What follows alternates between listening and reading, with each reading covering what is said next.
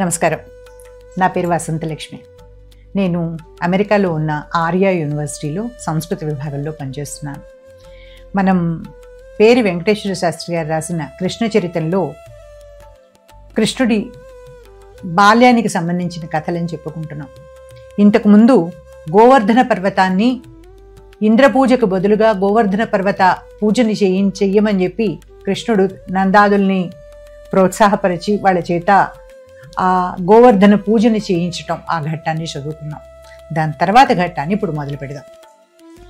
ఏవం కృష్ణాధిష్ఠితైః నందాదిభిః విహతాయాం ఆత్మనః పూజాయాం నితరాం క్రుద్ధ శతక్రతుః సంవర్తకాఖ్యాన్ మేఘగణాన్ ఆహూయ అవదత్.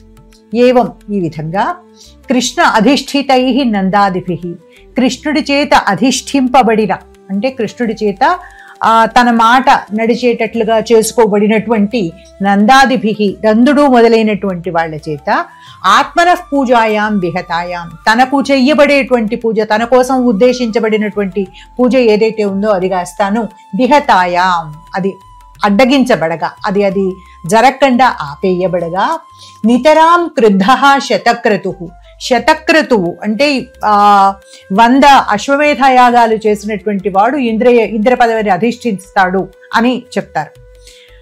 ఆ శతక్రతువు అంటే 100 యజ్ఞాలు చేసి ఇంద్ర పదవిని ఆరోహించినటువంటి ఆ ఇంద్రుడు సంవర్తకాఖ్యాన్ మేఘగణాన్ ఆహూయ, తన తాలూకు అధికారంలో ఉండే, తన చేతి కింద ఉండేటువంటి సంవర్తకములు అనేటువంటి మేఘగణాలని ఆహూయ పిలిచి అవదత్ ఇలా అన్నాడు. ఈ సంవర్తక గణాలనే ఆవర్తక గణాలని చెప్తారు, పుష్కలావర్తకాలని చెప్తారు, పుష్కరావర్తకాలని చెప్తారు.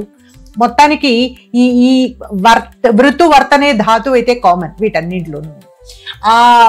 అటువంటి ఆ మేఘగణాలని పిలిచి, అంటే ఇంద్రుడు మేఘవాహనుడు, మేఘాల మీద అధికారం ఎప్పుడూ కూడా ఇంద్రుడిదే, ఇంతకు ముందు కూడా చెప్పుకున్నాం మనం.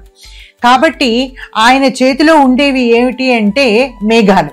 ఆ మేఘాలు గట్టిగా ఉరిమితే మనం ఏం చేస్తాము, అర్జున ఫల్గుణ పార్థ అని చెప్పి అర్జునుడిని తలుచుకుంటాం. ఎందుకంటే అర్జునుడు ఇంద్రుడి కొడుకు కాబట్టి తన కొడుకు తలుకు నామస్మరణంతో ఇంద్రుడు చాలా సంతోషించి ఆ మేఘాలు మన మీద పిడుగులు వర్షించకుండా ఆపుతాయని చెప్పి చెప్తారు. అది ఒక మనకొక చిన్నప్పుడు అందరము ఈ పని చేసే ఉండుంటాం. అది కాకుండా ఈ మేఘాలలో ఉండేటువంటి మెరుపు ఏదైతే ఉందో అది ఆ మెరుపు తాలూకు ఆకారంలోనే ఇంద్రుడి వజ్రాయుధాన్ని నిరూపిస్తారు బొమ్మల్లో, చిత్రాల్లో అన్నింట్లోనూ. అది కాకుండా పిడుగు ఏదైతే పడుతుందో ఈ పిడుగుకి ఏ పేర్లైతే ఉన్నాయో అవే వజ్రాయుధానికి కూడా పేర్లు అన్నమాట. అంటే ఈ వజ్రాయుధంతో ఇంద్రుడు వేసినటువంటి దెబ్బే మనకి పిడుగుగా నేల మీదకి వస్తుంది అని చెప్తారు. సో కాబట్టి ఇట్లా ఇంద్రులకి మేఘాలకి అధినాథుడైనటువంటి ఇంద్రుడు ఈ సంవర్తక మేఘాలని పిలిచి, మేఘగణాలు మేఘాల యొక్క సముదాయాలవి, వాటిని పిలిచి ఇలా చెప్పాడు. ఏతే వ్రజౌకసః నందాదయః శ్రీమదాంధాః బాలిశం వాచాలం స్తబ్ధం పండితమానినం అజ్ఞం మర్త్యం కృష్ణముపాశ్రిత్య అస్మాన్ స్థిరశ్చక్రుః అతస్తేషాం శ్రీమదం పశుగణ క్షయేన హరత అహమపి ఐరావతమారుహ్య సమరుద్గణైః అతిరయైః అనుసరామి ఇది.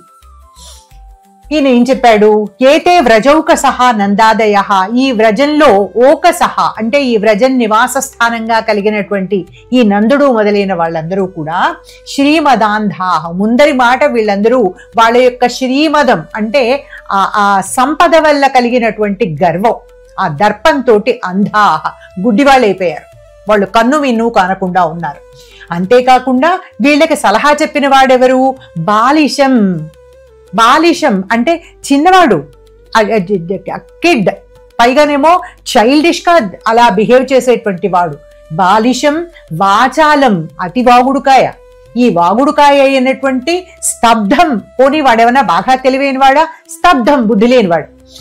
పండిత మానినం, బుద్ధిలేనితనానికి పైగా వాడేమిటి, పండిత మానినం, తనని తాను పండితుడుగా భావించుకుంటూ ఉంటాడు. అజ్ఞం, అజ్ఞాని, పైగా మర్త్యం, మనుష్యుడు, కేవలం మనుష్యమాత్రుడు అయినటువంటి కృష్ణముపాశ్రిత్య, ఆ కృష్ణుణ్ణి ఆశ్రయించి అస్మాన్ స్థిరశ్చక్రుహు, నేనెటువంటి వాణ్ణి, నేను దేవతా సార్వభౌముణ్ణి, దేవతలందరికీ రాజుని, నేను దేవగణాలందరికీ అధిపతిని, నన్ను పూజిస్తే తప్పిస్తే వీళ్ళకి వర్షాలు పడవు, అలాంటి నన్ను తిరశ్చక్రుహు, వీళ్ళు తిరస్కరించారు.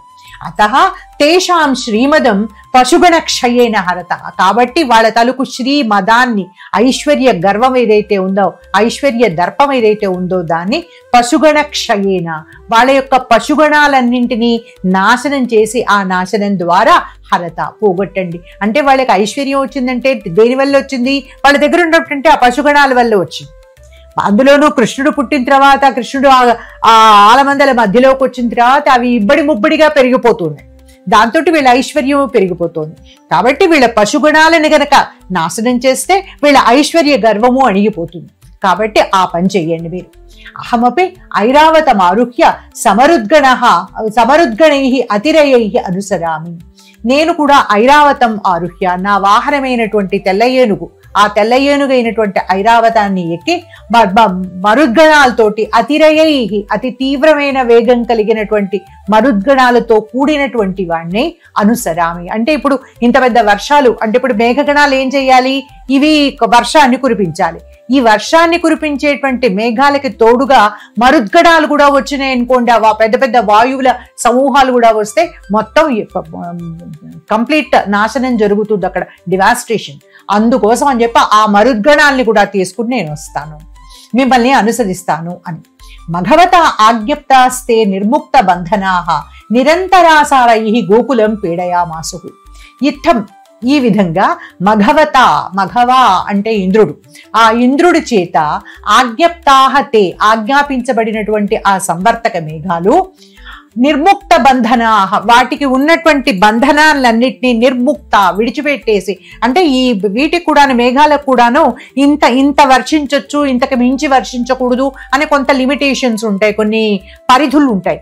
ఆ బంధనాలన్నీ విడిచిపెట్టేసుకుని నిరంతరాసారై, ఇంకా గ్యాప్ లేకుండా, నిరంతర అంటే ఎక్కడ తెంపు లేనటువంటి, ఎక్కడ ఆగకుండా ఉన్నటువంటి ఆసారై ధారావృష్టులతోటి గోకులం పీడయామాసు, ఆ గోకులాన్ని పీడించారు. అవిరల విద్యుద్వాత వృష్ట్య జలౌఘ పరిపృతం అదృష్ట నతోన్నతం భూమిభాగం పరిత సమాకులం గోకులమాసీత్. ఈ అవిరల విద్యుత్ వాత వృష్ట్య, అవిరల ఏమాత్రము ఖాళీ లేకుండా నిరంతరంగా కురుస్తూ ఉన్నటువంటి విద్యుత్ వాత వృష్ట్య, ఒక పక్క విద్యుత్తులు అంటే ఏమిటి? పిడుగులు, నేలకి తాకుతూ ఉన్నటువంటి విద్యుత్తులు, వాత ఇంకో పక్కనేమో గాలి, తీవ్రమైనటువంటి గాలి, ఇంకొక పక్కనేమో వృష్టి వర్షం. ఈ మూడింటి తాలూకు కలయికతోటి గోకులం అంతా ఏమైపోయింది? జలౌఘ పరిప్లుతం, జల ఓఘ, జలం తాలూకు సముదాయాలతోటి, జలం తాలూకు నిరంతరమైనటువంటి సముదాయాలతోటి పరిప్లుతం, ముంచి వేయబడింది. తర్వాత అదృష్ట నతోన్నత భూమి భాగం, ఇంకా నేల మీదంతా బాగా వరదలాగా నీళ్లు వచ్చేసరికల్లా ఇంకా వాళ్ళకి అడుగు తీసి అడుగు వేస్తే అది ఎక్కడ పడుతుందో తెలియట్లేదు.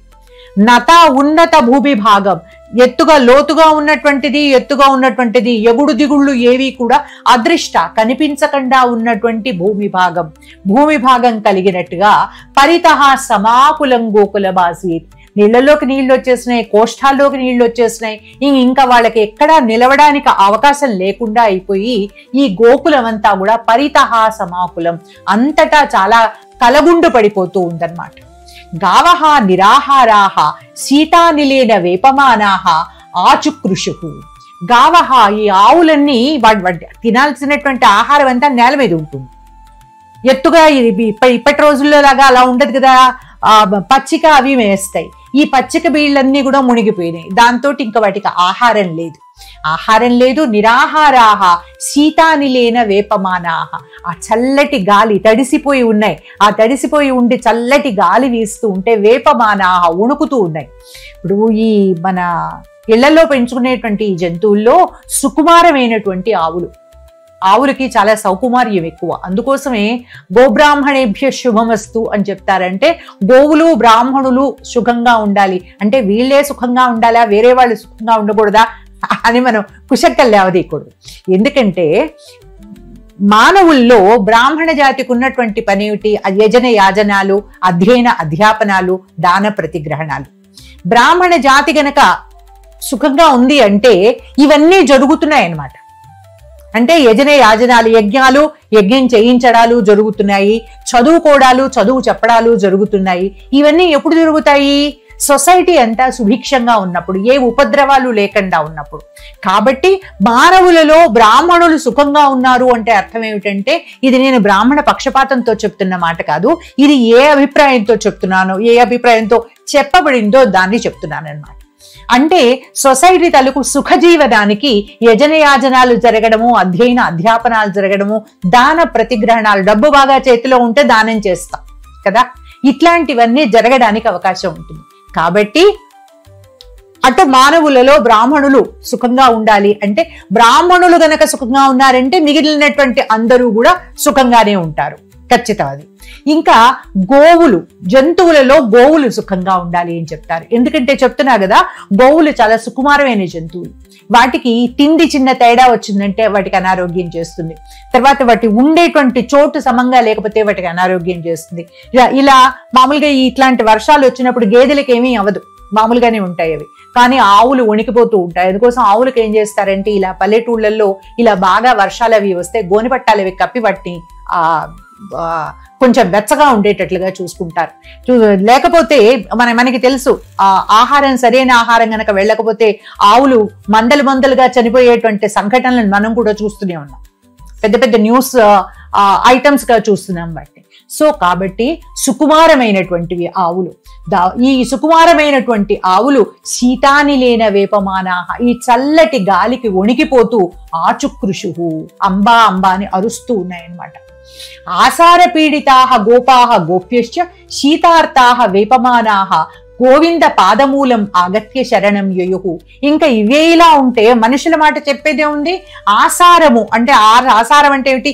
ధారావర్షం అన్నమాట, ధారావృష్టి, ధారులుగా పడుతూ ఉన్నటువంటి వర్షం. ఆ ఆసారం చేత పీడించబడినటువంటి గోపాహ గోప్యశ్చ, ఈ గోపాలకులు గోప స్త్రీలు వీళ్ళందరూ కూడా శీతార్తాహ, చలికి వణికిపోతూ, మరి వాళ్ళు తడిసిపోయినారు, బట్టలు గిట్టలు ఇలాంటివన్నీ తడిసిపోయి ఉండుంటాయి, వాళ్ళని వెచ్చగా ఉంచుకోవడానికి ఏమీ అవకాశం లేదు. దాంతో వేపమానాహ, వాళ్ళు కూడా వణికిపోతూ గోవింద పాదమూలం ఆగత్య, గోవిందుడు అంటే ఎవరు? కృష్ణుడు. ఈ గోగణాన్నంతటినీ గాహ విందతీతి గోవింద, ఈ గోగణాల యొక్క ఆ మంచి చెడ్డలు చూసుకునేటువంటి వాడు గోవిందుడు. అటువంటి ఆ కృష్ణుణ్ణి, ఆ కృష్ణుడి యొక్క పాదమూలం ఆగత్య, పాదాల దగ్గరికి వచ్చి చేరుకుని శరణం యయుహు, నువ్వే మాకు శరణం, నువ్వే మమ్మల్ని కాపాడాలి అని చెప్పి ఆయన ప్రార్థించారు.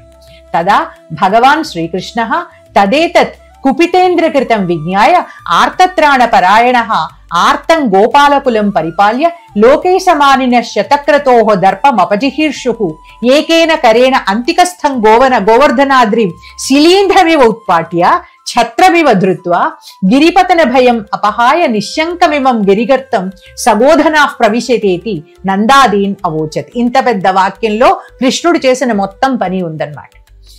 ఇంకా తదా వాళ్ళు వచ్చి తన్ని శరణు వేడగానే భగవాన్ శ్రీకృష్ణ, భగవంతుడైనటువంటి శ్రీకృష్ణుడు తదేతత్, ఈ జరుగుతున్నటువంటి విషయం అంతా కూడా కుపిత ఇంద్రకృతం విజ్ఞాయ, కుపితుడైన కోపం తెచ్చుకుని ఉన్నటువంటి ఇంద్రుడి చేత చెయ్యబడినటువంటి పని, ఇంద్రుడు తన కోపాన్ని వీళ్ళ మీద ఇలా తీర్చుకుంటున్నాడు అన్న సంగతిని విజ్ఞాయ తెలుసుకుని ఆర్తత్రాణ పరాయణ, ఆర్తులైనటువంటి బాధలో ఉన్నటువంటి వాళ్ళని వాళ్ళని రక్షించడమే పరాయణ, తన తాలూకు సంపూర్ణంగా ఆయన చేసేటువంటి ముఖ్యమైన పనిగా కలిగిన వాడై ఆర్తం గోపాలకులం పరిపాల్య, ఈ ఆర్తం అంటే దుఃఖంతో ఉన్నటువంటి ఈ గోపాల కులాన్నంతటి గోవులు గోపాలకులు వీళ్ళందరి యొక్క సమూహాలన్నింటినీ పరిపాలించి లోకేశమానిన శతక్రతోహు, తన్ని తాను లోకేశుడిగా, లోకాలన్నింటికి నేనే ప్రభువు అని మానిన తలుచుకుంటూ ఉన్నటువంటి, నిజానికి ఆయన లోకేశుడా అంటే భగవంతుడైనటువంటి శ్రీ మహావిష్ణువు ఉండగా ఈయన లోకేశుడు ఎలా అవుతాడు? కానీ అహంకారం అలా అనిపిస్తుంది, అధికార దర్పం అలా అనిపిస్తుంది మనుషులకి కాదు, ఇంద్రుడికి కూడా అంతే. కాబట్టి ఈ లోకేశుడిగా తన్ని తాను భావించుకునేటువంటి ఈ శతక్రతువు యొక్క దర్పం అపజిహీర్షు, దర్పాన్ని పోగొట్టాలి అని అనుకున్నవాడే ఏకేన కరేణ ఒక చేతితో అంతికస్థం గోవర్ధనాద్రి దగ్గరలో ఉన్నటువంటి గోవర్ధన పర్వతాన్ని శిలీంధ్రమివ ఉత్పాట్య, ఒక శిలీంధ్రం లాగా, ఒక కుక్కగొడుగు, ఒక పుట్టగొడుగు లాగా ఉత్పాట్య ఇలా పైకి విరిచి లేవదీసి ఛత్రమివ ధృత్వా దాన్ని గొడుగులాగా ఇలా పట్టుకుని, ఎలా పట్టుకున్నాడు? చిటికెన వేలితో పట్టుకున్నాడు. తన చిటికెన వేలి మీద దాన్ని ఒక గొడుగులాగా అలా నిలబెట్టి పట్టుకుని గిరి పతన భయం అపహాయ, ఈ గిరి పడిపోతుందేమో అనేటువంటి భయాన్ని అపహాయ విడిచిపెట్టేసి నిశ్శంకం ఇవం గిరిగర్తం సగోధన ప్రవిశత, నిశ్శంకం ఏ భయము లేకుండా ఇమం గిరిగర్తం అంటే ఈ గిరిని పర్వతాన్ని ఇలా పైకి లేవదీసేసరికల్లా ఏమైంది, అక్కడంతా లోతుగా పెద్ద ఊరంతా గొయ్యబడింది. ఆ పర్వతం ఎంత పెద్దదో అంత పెద్ద గొయ్యి ఉంది అక్కడ. అంటే ఈ ఊరి తాలూకు జనం అందరూ ఆ లోపలికి వెళ్ళినా, అదే జనమే కాదు వాళ్ళ తాలూకు ఆవులు, దూడలు అన్ని లోపలికి వెళ్ళినా కూడాను అక్కడ ఏమీ ఇరుకుండదనమాట. కాబట్టి ఆ గిరి వల్ల కలిగినటువంటి ఏర్పడినటువంటి గర్తాన్ని, గుంటలోకి సగోధనాహ, మీ గోధనాలన్నిటితో సహా ప్రవేశించండి అని నందాదీన్ అవోచత్, నందుడు మొదలైన వాళ్ళకందరికీ చెప్పాడు. తదనుభావ విదః గోపాః గోప్యశ్చ బోధనైః సహ విముక్త శంకాః తత్ర ప్రవిశ్య యథావకాశం నిరుపరోధం అవాత్సు. తదనుభావ విదః గోపాః గోప్యశ్చ, ఈ గోపాలకులకి గోప స్త్రీలకి వీళ్ళకందరికీ కూడాను కృష్ణుడి యొక్క అనుభావము, ఆయన యొక్క గొప్పతనము బాగా తెలుసు. కాబట్టి తదనుభావ విదః, ఈ కృష్ణుడి యొక్క అనుభవాన్ని, గొప్పతనాన్ని బాగా ఎరిగినటువంటి గోప స్త్రీలు, గోపాలకులు వీళ్ళందరూ కూడా బోధనే సహా, ఒక్కొక్కరికి వందల కొద్దీ ఉన్నాయి ఆవులు, ఆవులు దూడలు వీటన్నింటితో సహా విముక్త శంకాః, అసలు ఇంకా కృష్ణుడు చిన్నపిల్లవాడు, ఓ చిటికెన వేలుతో పట్టుకున్నాడు, ఆ గిరి ఒరుగుతుందేమో, గిరి పడిపోతుందేమో అనేటువంటి భయము, అంటే హరి మీద గిరి పడుతుందనేటువంటి భయము ఏమాత్రం లేకుండా తత్ర ప్రవిశ్య, దానిలోకి ప్రవేశించి యథావకాశం హాయిగా సావకాశంగా వాళ్ళందరూ నిరుపరోధం, పైగా ఇరుకు గిరుకు ఏమీ లేకుండా సుఖంగా అవాత్సుహు అక్కడ ఉండిపోయారు వాళ్ళు. సప్తవర్ష దేశీయ భగవాన్ ఏవం సప్తదినాని క్షుత్రుభ్యాం సుఖాపేక్షాంచ హిత్వా సవిస్మయం అనుగవీనైః అన్యైశ్చ వీక్ష్యమాణః గోవర్ధనాద్రిం అచలః దధార. సప్తవర్ష దేశీయ, ఈ పట్టుకున్నటువంటి కృష్ణుడు, భాగవతంలో ఇక్కడ ఒక పద్యం ఉంది, బాలుండీతుడు కొండదొడ్డది అనే ఒక ప్రారంభంతో ఒక పద్యం ఉంది. ఆ భయం ఏమీ లేకుండా మీరందరూ వచ్చి దీని కింద ఉండండి అని చెప్తాడు కృష్ణుడు. ఈ చెప్పినటువంటి కృష్ణుడు ఎన్నేళ్లవాడు? సప్తవర్ష దేశీయ, 7 ఏళ్లవాడు. ఈ 7 ఏళ్లవాడైనటువంటి భగవంతుడు ఏవం ఈ విధంగా సప్తదినాని 7 రోజుల పాటు క్షుత్రుడ్వ్యథాం సుఖాపేక్షాంచ హిత్వా క్షుతృట్ వ్యథాం అంటే ఆకలి వల్ల దప్పిక వల్ల కలిగినటువంటి బాధని, సుఖాపేక్షాంచ కాసేపు దీన్ని వదిలి పక్కకు పెట్టి చెయ్యి కొంచెం నొప్పి పెడుతోంది, చెయ్యి కొంచెం సాగించుకుందాము అనేటువంటి సుఖ అపేక్ష, సుఖం కోసమైనటువంటి కోరిక, వీటన్నింటినీ కూడా హిత్వా విడిచిపెట్టి సవిస్మయం చాలా ఆశ్చర్యంతో, గొప్ప అమేజ్మెంట్ తోటి అనుగవీనై అన్యైశ్చ వీక్ష్యమాణః, అనుగవీనై అంటే తనతో పాటుగా గోవుల్ని మేపడానికి వచ్చేటువంటి గోపబాలకులు, అన్యై ఇతర పెద్దవాళ్ళు వీళ్ళందరి చేత వీక్ష్యమాణః చూడబడుతూ ఉన్నవాడై, వీళ్ళందరూ కూడాను కృష్ణుణ్ణి ఆశ్చర్యపోతూ ఎలా ఉండిపోయాడు, ఇతనికి ఆకలేయటం లేదా, దాహం వేయటం లేదా, చెయ్యి నొప్పి పెట్టట్లేదా, కాసేపు ఈ చెయ్యి ఒకసారి విదిలించుకుందాం, ఒకసారి జాడించుకుందాం అని అనిపించట్లేదా, ఇన్ని ఆశ్చర్యాలతోటి ఆయన చూస్తూ ఉంటే గోవర్ధనాద్రి అచలహ దధార, ఈ గోవర్ధన పర్వతాన్ని అచలహ కదలకుండా, పర్వతం ఎంత అచలమో ఈయన కూడా అంతే అచలంగా అలా దధార దాన్ని ధరించాడు. అంటే ఈ కింద వీళ్ళకి వంటలైపోతున్నాయేమో, భోజనాలు చేసేస్తున్నారేమో, మంచినీళ్ళు అవి తాగుతున్నారేమో, వీళ్ళందరూ తింటున్నారు తాగుతున్నారు, కృష్ణుడు మాత్రం కావాలి అని లేదు, పెడతామంటే వద్దని కూడా చెప్పాడు. విదిత కృష్ణానుభావ భగవ అతి విస్మిత విగత దర్ప మేఘాన్ అవారయత్. ఒక రోజు గడిచింది, 2 రోజులు, 3 రోజులు, 4 రోజులు, 7 రోజులు గడిచిపోయినాయి. ఇప్పుడు విదిత కృష్ణానుభావ మఘవ. ఇప్పటిదాకా ఈ మఘవ అంటే ఇంద్రుడు ఇప్పటిదాకా ఏమనుకుంటున్నాడు, ఈ కృష్ణుడు మర్త్యుడు అంటే మానవ రూపంలో ఉన్నటువంటి వాడు, మర్త్యుడు కాబట్టి చాలా తక్కువ పరిమితమైనటువంటి శక్తి సామర్థ్యాలు ఉంటాయి. భగవంతుడికైతే ఉంటాయి కానీ ఎక్కువ శక్తులు మానవుడికి ఎలా ఉంటాయి? కాబట్టి వీడి తలుకు శక్తి 1 రోజులో 2 రోజుల్లో అణిగిపోతుంది అని ఎదురు చూస్తూ ఉన్నాడు. 7 రోజులు గడిచినా, 1 వారం గడిచినా అక్కడేమీ చలనం లేకపోయేసరికల్లా విదిత కృష్ణానుభావ, కృష్ణుడి యొక్క అనుభవాన్ని, గొప్పతనాన్ని తెలిసినవాడే, ఎరిగినవాడే అతి విస్మిత ముందర ఆశ్చర్యపోయాడు. ఆశ్చర్యపోయిన తర్వాత ముందర ఒక రోజు 2 రోజులు ఆశ్చర్యం, ఇంకా అక్కడి నుంచి భయం మొదలైంది. ఇంకా తర్వాత ఈ దర్పం అంతా జారిపోయింది. ఈ విగత దర్పమంతా పోయినటువంటి వాడై మేఘాన్ అవారయత్. ఇది ఈ కృష్ణుడితో పెట్టుకుంటే చాలా కష్టమైపోతుంది అన్న సంగతిని ఎరిగి మేఘాన్ అవారయత్, మేఘాలని వారించాడు. నిర్మేఘమాసి దంబరతలం. ఈ మేఘాలన్నీ మళ్ళీ వెనక్కి వెళ్ళిపోయినాయి. మేఘాలు ఎప్పుడైతే వెనక్కి వెళ్ళిపోయినాయో ఆకాశం అంతా నీలంగా స్వచ్ఛంగా ఉండిపోయింది అనమాట. నిర్మేఘం, ఒక్క మబ్బు తునక కూడా లేకుండా ఖాళీ అయిపోయింది ఆకాశం అంతా.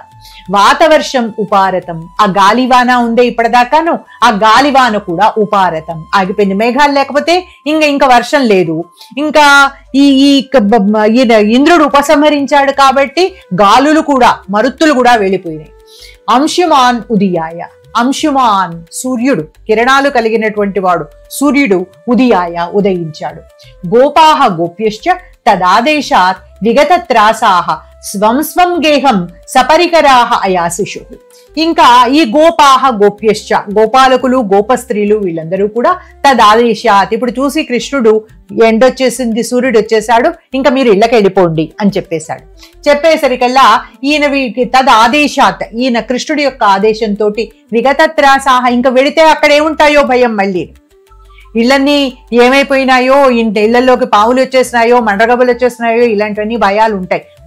ఈ దీనికి అడవులకి దగ్గరగా ఉన్నటువంటి వాళ్ళకి ఆ భయం కూడా వెళ్ళేది. అన్ని కృష్ణుడు చూసుకుంటాడు, నిశ్చింత.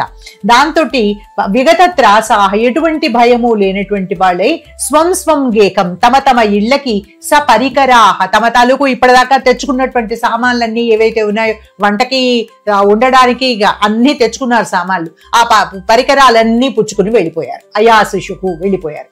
భగవానపి లీలయా తమద్రిం స్వస్థానే యథాపూర్వన్యవేశయత్. భగవంతుడు ఏం చేశాడు, కృష్ణుడు ఏం చేశాడు, లీలయా చాలా తేలికగా, అలవోకగా తం అద్రిం, ఆ పర్వతాన్ని, ఇప్పటిదాకా ఎత్తి పట్టుకున్నటువంటి ఆ పర్వతాన్ని స్వస్థాని, దాని తలుకు అసలు చోట్లోకి యథాపూర్వన్యవేశయత్, అది వరకు అది ఎట్లా ఉందో అలాగే పెట్టేశాడు. ఎక్కడా చిన్న గ్యాప్ కూడా రాలేదన్నమాట. అమానుషేణ అత్యద్భుతేన తత్కర్మణ అతివిస్మితాః వ్రజౌకసః ప్రాక్తనాన్యపి పూతనా వధాదీని అతిబాల్యచేష్టితాని సంస్మరంతః నందముపాగమ్య కృష్ణతత్వం అప్రాక్షుః. ఇక ఈ అమానుషము, మానవులకు అసాధ్యమైనటువంటిది, సామాన్య మానవుడు ఎవడూ చెయ్యలేనటువంటి పని, పర్వతాన్ని పైకెత్తటం ఏమిటి, దాన్ని అలా పట్టుకోవటం ఏమిటి, పోనీ పట్టుకున్నాడే అనుకుందాం, మహాబలశాలి కాబట్టి ఎన్నాళ్ళు పట్టుకుంటాడు, వారం పాటు అలా వేలి మీద నిలబెట్టి పట్టుకున్నాడే పర్వతాన్ని. ఇది ఎంత అమానుషం అంటే అతిమానుషమైనటువంటి, అంటే మానవులకు ఎవరికి సాధ్యం కానటువంటి ఈ కృత్యము అత్యద్భుతం, అత్యాశ్చర్యకరమైనటువంటి తత్కర్మణ, ఆ కృష్ణుడి యొక్క పనితోటి అతి విస్మితాహ వ్రజౌకసహ, ఈ వ్రజౌకసులు అంటే వ్రజ నివాసులందరూ కూడా అతి విస్మితాహ, చాలా విస్మయానికి లోనైపోయారు. ప్రాక్తనాన్యపి పూతనావధాదీని అతిబాల్య చేష్టితాని సంస్మరంతః, ఇంకక్కడి నుంచి వాళ్ళందరూ అబ్బో కృష్ణుడు అప్పుడు మీకు గుర్తుందా, పూతనను అలాగే చంపాడు, ఈ శకటాసురుణ్ణి చంపాడు, 2 సాలవృక్షాలను పడేశాడు, ఈ కథలన్నీ ఇదివరకు జరిగినటువంటి ఈ అఘాసుర వధలు, తర్వాత ఈ గార్ధభ రూపంలో ఉన్నటువంటి రాక్షసుడిని చంపడము, కాళీయుణ్ణి చంపడము, ఈ చంపడం కాదులేండి, నిగ్రహించడము, ఇవన్నీ కూడా సంస్మర ఈ తాలూకు అతి బాల్య చేష్టితాలు, మరీ చిన్నతనంలో మరీ పసితనంలో చేసినటువంటి ఈ పనులన్నింటినీ కూడా సంస్మరంతః గుర్తు చేసుకుంటూ ఉన్నవాళ్లే నందముపాగమ్య నందుడి దగ్గరికి వచ్చి కృష్ణతత్వం అప్రాక్షు. అప్పుడు ఈ కృష్ణ తత్వం ఏమిటి అని అడిగారు. ఈ కృష్ణుడి తాలూకు అసలు స్వరూపం ఏమిటి? ఈయన మన కంటికి 7 ఏళ్ల పిల్లవాడు కనిపిస్తూ ఉన్నాడు, కానీ చేస్తున్నటువంటి పనులా అమానుషమైనటువంటి అతిమానుషమైనటువంటి పనులు చేస్తున్నాడు. అసలు ఈయన ఎవరు? ఈ కృష్ణుడు ఎవరు? మన మధ్యలో ఇలా ఎందుకున్నాడు? ఇట్లాంటి ప్రశ్నలన్నీ అడిగారు. సోపి ప్రాక్ గర్గముఖాశ్రుతం అస్య నారాయణ సమత్వం తదనుభావంచ ఆచచక్షి.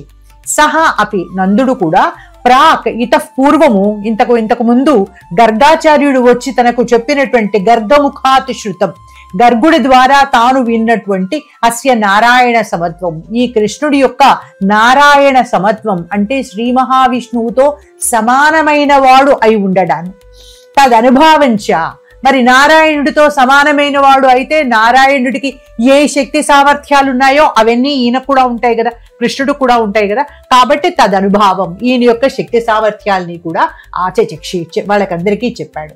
తతస్తే సాక్షాదయన్ నారాయణాంశ సంభూతః ఇది విదిత్వా ఆనందాతిరేకేణ నందం శ్రీకృష్ణం చ అర్చయిత్వా యయుః.